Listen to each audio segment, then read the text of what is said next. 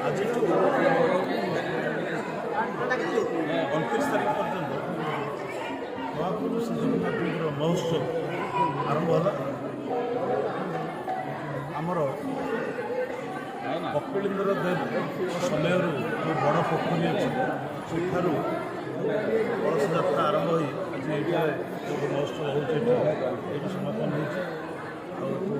होज्ञ आरंभ हम जगन्नाथ 24 भोग 24 देश 56 भोग एठारे एवं जगन्नाथ संस्कृति परंपरा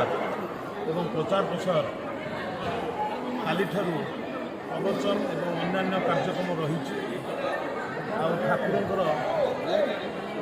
मुक्ति मंडप तैयारी होती प्राय 1000 ऊर्ध्व साधु सन्त आसवे ये जो आयोजन करा आम निर्वाचन मंडली और पाखापुर समस्त जनसाधारण आसुच्च आज मैं देखिली जो भाव में लोकर उत्साह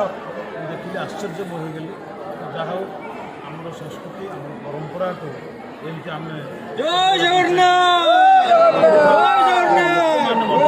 समस्त आज उत्साह सहकार पालन कर।